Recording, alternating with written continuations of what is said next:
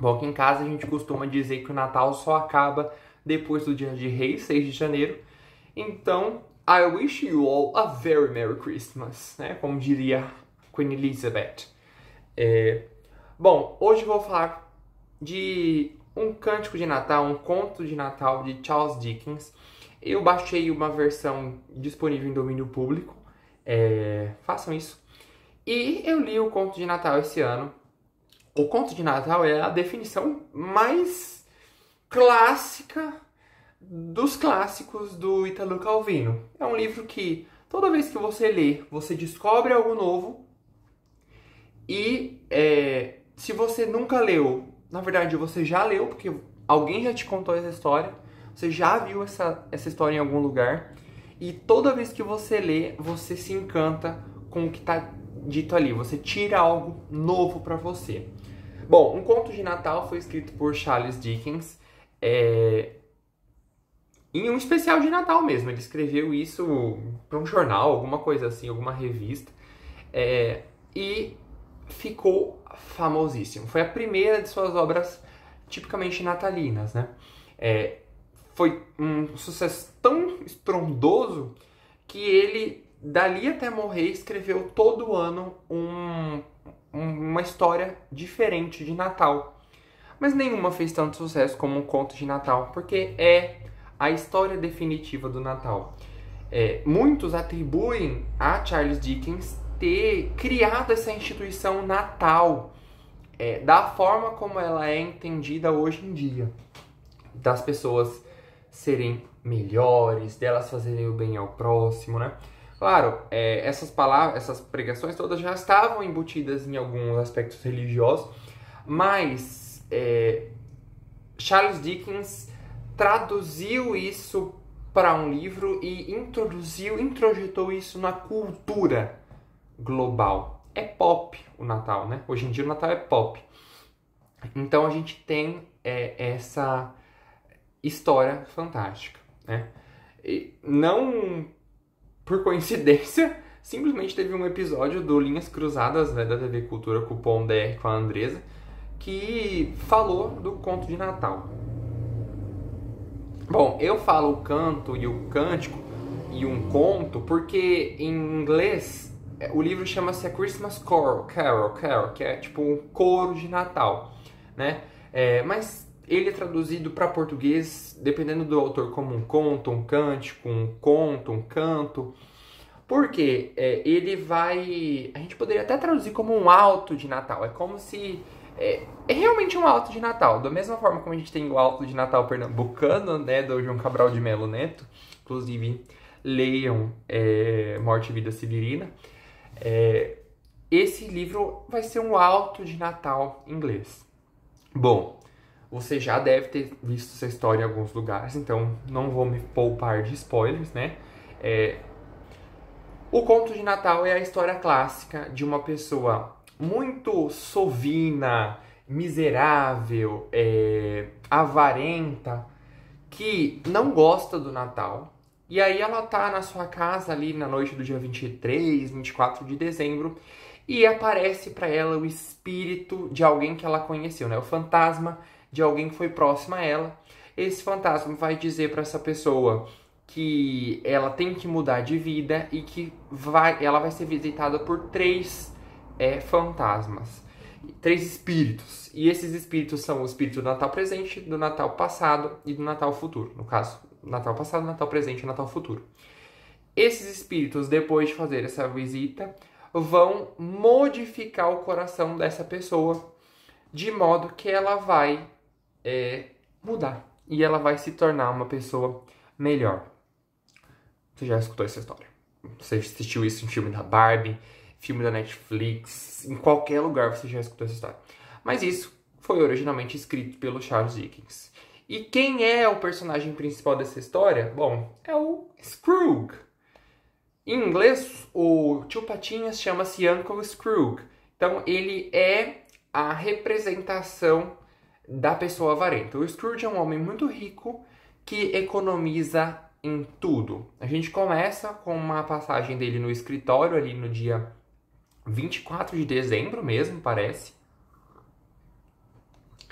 E ele simplesmente, ele assim, tá muito frio, neva em Londres. E o funcionário dele tá trabalhando com um pedaço de carvão aceso queimando. O escritório todo tem uma vela em cada cômodo, então eles trabalham no escuro para poupar dinheiro com iluminação. Eles não têm mais funcionários, um funcionário tem que dar conta de tudo, então ele é sovino, ele economiza em tudo que ele pode. E o funcionário dele pede a folga do dia de Natal, ele, né, fala assim que, então você quer uma folga? Eu tenho que te pagar nos outros dias, dá folga pro funcionário. Ele vai pra casa e ele faz comida em casa, ele não tem funcionários, ele mora num casarão, num apartamento, assim, numa casa meio geminada, mora sozinho, não tem ninguém, não tem vizinho, não tem nada.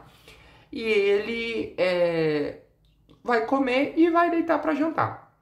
Quando ele tá entrando na casa dele, ele vê meio que um fantasma no trinco da porta.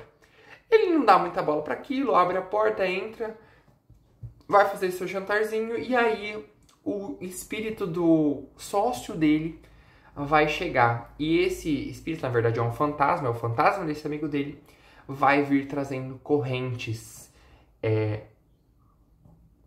que são, vamos dizer assim, as coisas ruins que ele fez na vida. E ele vai falar pro Scrooge: Scrooge, eu era mais bondoso que você e eu tô desse jeito. Você precisa mudar, porque senão você vai ficar igual a mim, carregando correntes pela eternidade.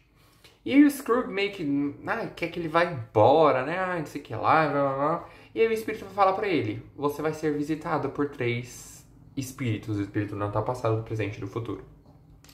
O Scrooge fala: então tá bom. Aí ele abre a janela e vê 1 milhão de espíritos pela janela que também estão visitando as pessoas. O espírito vai embora, o Scrooge não dá muita bola, vai deitar. E nisso que ele deita, a gente vai ter realmente a visita dos 3 espíritos. Interessante a gente pensar que esses espíritos, eles vão mostrar a realidade do Scrooge. Sobre como ele era na infância, e aí a gente vai visitar uns 6 capítulos dele de Natal passado. Então, tem uma infância muito precoce, depois 2 infâncias com ele em uma idade já de adolescente. A gente vai acompanhar a infância a gente vai acompanhar uma memória da juventude dele com uma menina que provavelmente foi namorada dele. E a gente vai assistir também o episódio deles terminando, porque o Scrooge escolheu o dinheiro ao invés do amor. E a namorada dele vai dizer isso pra ele, e ele vai então se relembrar. E ele implora pro espírito várias vezes parar de mostrar aquelas coisas, porque ele tá só machucando o Scrooge, né? Porque essas memórias estavam ali e ele apagou essas memórias da existência e o espírito reaviva essas memórias. O Scrooge vai, então, ser taxativo, vai dar um jeito de desaparecer com o espírito e deita novamente, né? Ele tá em casa. Daí vai chegar o espírito do Natal presente, que é como se fosse uma mistura de Papai Noel com Jesus, é um carão grande, e esse espírito do Natal presente é o que dá alegria aos natais. E aí ele vai levar o Scrooge com ele pra ir distribuindo o pozinho de fada dele, alegrando os natais de todas aquelas pessoas. Então ele vai visitar o Natal do seu empregado e ele vai ver que é uma situação assim de penúria e eles estão felizes porque eles estão em família. Ele vai acompanhar o Natal do seu sobrinho, que chamou ele pra cear com eles e ele se negou. E ele vai acompanhando, então, os natais de várias pessoas diferentes. Inclusive, algumas vão até brindar para ele, né? As pessoas, elas vão ser gratas ao Scrooge por ele, por exemplo, pagar o salário do funcionário. E isso toca bastante, né? O Natal presente se vai e ele vai ser visitado pelo Natal futuro. E ele vai ser transportado diretamente para uma cena de algumas pessoas meio que esvaziando uma casa, meio que dividindo os espólios depois que alguém morreu. E ele fica louco pra querer saber quem que morreu, né? De quem que eles estão pegando aquelas coisas. E aí a gente vai acompanhar os natais futuros de outras famílias, a gente vai descobrir que o filho do funcionário dele vai morrer. É uma criancinha muito especial, mas que acho que teve poliomielite, alguma coisa assim. E ele é meio manco. A gente vai acompanhar os natais futuros do sobrinho dele.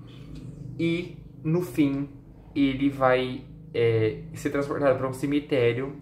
E ele vai descobrir que quem morreu é ele, né? Quem morreu dessa forma, sozinho, amargo, sem ser amado por ninguém, foi ele, o Scrooge. E essa vai ser o ponto de virada. E o Scrooge vai dizer que ele gostaria de ter mais tempo para mudar as coisas. E aí essa mudança vai partir dele em mudar, né? O espírito não faz ele prometer nada, ele se propõe a mudar. E ele vai mudar. A gente vai acompanhar em breve relance do que ele vai fazer. Ele vai comprar comida, vai mandar pro funcionário dele, vai ir pra casa do sobrinho que convidou para passar o Natal. E aí, magicamente, óbvio, o tempo volta, então ele é transportado como se ele tivesse acabado de chegar em casa. Então ele tá ainda naquela noite do dia 24 de dezembro, então ele vai poder passar o Natal, ele tá na manhã do dia 25, ele vai poder passar o Natal com a família dele. Então, assim, é um livro que tem que ser lido, né? É importante a gente ver o original para todas as vezes que a gente vê uma releitura, uma adaptação, a gente pensar, isso é Charles Dickens e os elementos da história original são esses e esses. E é importante a gente conhecer o original para entender também quais são as inovações, né? Esses filmes, essas adaptações do Cântico de Natal, elas têm muitas inovações, né? Elas têm releituras importantes. Então, quando a gente assiste, é bom que a gente tenha essa referência do original para saber o que está diferente. Então, o Dickens, ele meio que recria o Natal no Ocidente de uma forma comercial, de você ser bondoso, de você dar presentes. Então, assim, muito legal. Eu tenho um pouco de bode com Charles Dickens, que eu acho que ele enrola muito, ele é um Alexandre Dumas da sua época, mas é uma coisa minha, né? Então, talvez que eu tenha começado com o David Copperfield. Bom, enfim, a gente se vê no próximo vídeo e Feliz Natal pra vocês!